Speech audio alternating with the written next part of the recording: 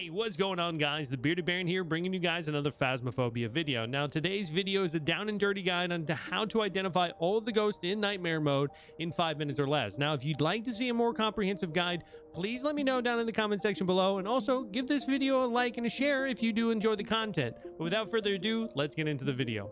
Now, I do want to caveat this video by saying that the first thing that you want to do is you want to find those two first pieces of evidence while trying to keep your sanity as high as possible, which means turning on lights as frequently as you possibly can to keep your sanity up, or taking sanity pills. Once you have determined those first two clues to rule down most of the list, that's when the rest of these are going to come in play. Right, so the first one that we've got up here is spirit. Now, spirit is pretty easy to identify. All you have to do is smudge to the ghost area and wait.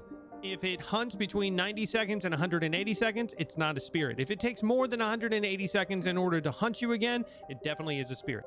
Next up, we've got Revenant. Now, Revenant is going to move much faster during a hunt, but keep a lookout for a Djinn as well. If you see that this ghost is hunting you and it's moving very fast, regardless of how close it is, it's likely a Revenant, not a Djinn. Next up, we've got Poltergeist. Now, Poltergeist is going to throw several objects at one time. So a way that you can help out to determine this is if you know what the ghost room is, throw as many items into the ghost room as possible. If it moves several objects at one time, it's likely a Poltergeist. Next up, we've got Shade. Now, Shade is going to be shy around multiple people, so if you are playing with friends, this one could be helped to determine the Shade. Now, for solo mode, it's going to be way more difficult, and I would honestly recommend ruling out any of the other ghost types before you try to determine that it's a Shade.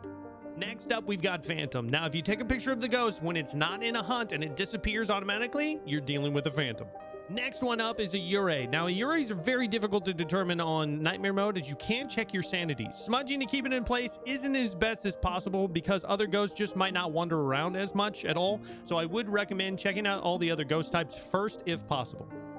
Next up we've got is Wraith. Now, Wraith is very easy. All you got to do is just salt around the area. When the ghost starts to walk through the salt, if you can't see any of the footsteps, it's a Wraith.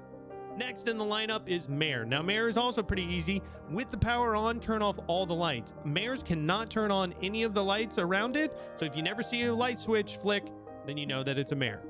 Next up, we've got Banshee. Now, Banshee is a little bit harder to determine during nightmare mode because it can hunt you right out of the gate and it will ignore insanities. But at the same time, you can't check your sanity in nightmare mode to see whether or not you're at that 50% mark or not. So it does make it more difficult to determine. Demons are also very difficult to determine during nightmare mode as you can't check your sanity.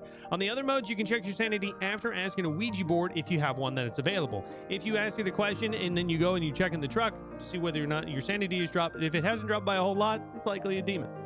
Now, next up for Mylines, they will give you a unique readings on a parabolic microphone that you can listen to. Additionally, you can do a test. It's kind of like a light test. You throw down your flashlight. If you hear footsteps before you see your electronic equipment start to malfunction, it's likely a Myline. Now, this one is a new ghost type, the Obake. Now, this will leave unique evidence. Basically, what you're looking for here is a very unique handprint. So keep a UV light with you, and anytime that it touches a door or a light switch, it might leave behind that kind of evidence. Otherwise, it's very difficult to track. Next up, we've got an Oni. Now, opposite of the Banshee, becomes more active around multiple people, but it's still difficult to determine during nightmare mode because as the other ghost types can be just as active. So I would rule out any of the other ghost types first before ruling out an Oni. Now, another new ghost type is the Onryo. Now, this one hates fire, but extinguishing a candle or the fire near it can cause it to attack. Now, at the making of this video, an Onryo will attack you pretty quickly if you do extinguish a flame, but I have been told that the developers are looking to change that in the future, so this information might not be as relevant later on. Next up, we've got a Djinn. Now, what you want to do is you want to hunt with the power on. Now, you're going to see the ghost is going to move very quick to you when it's at a far distance. Now, when it gets close to you within 4 meters, it's going to slow down to the normal ghost speed and then start to pick up just like any other hunt. So if that happens, you're likely dealing with a Djinn. Also, if you turn off the power and have it hunt again, and it's moving considerably slower, then it definitely is a Djinn. Next up, we've got the Hantu. Now, the way I like to determine a Hantu is by performing a light test. You set up 2 motion sensors at a fair distance apart, get it to run through the area with the power on, and then again with the power off. If it moves slower with the power on, then you're likely dealing with a Hantu. Next up, we've got is a Goryo. Now, these are very difficult to determine during the nightmare mode as it's not a great test for ruling them out yet, so I would rule out other ghost types first. Now, another new ghost is the Raija. Now, this one will constantly interrupt electrical equipment. So keep the power on, see if it's flicking switches, see if it's messing with lights, see if it's touching radios and cell phones, anything else electronic that it can possibly get its hands on to help you to determine whether or not that is the Raija. Another new ghost is the twins. Now, they will interact with the environment basically at the same time. So if you get like a window knock and a door opening at the same time, or multiple objects moving from maybe from different parts of the room, then you're likely dealing with the twins. But now, don't rule that out from a very active ghost or from a poltergeist, so you need to do additional testing. Next up, we've got the Yokai. Now, this is very easy. All you have to do is just talk around this ghost, and it will provoke it into hunting you. I would try this a couple of times just to verify that it's not just another active ghost, and keep a smudge stick on you because likely it will spawn at the most inopportune moment. Lastly, we have a Yokai. Now, Yokai are very hard to determine during nightmare mode, so I would also recommend ruling out other ghost types first.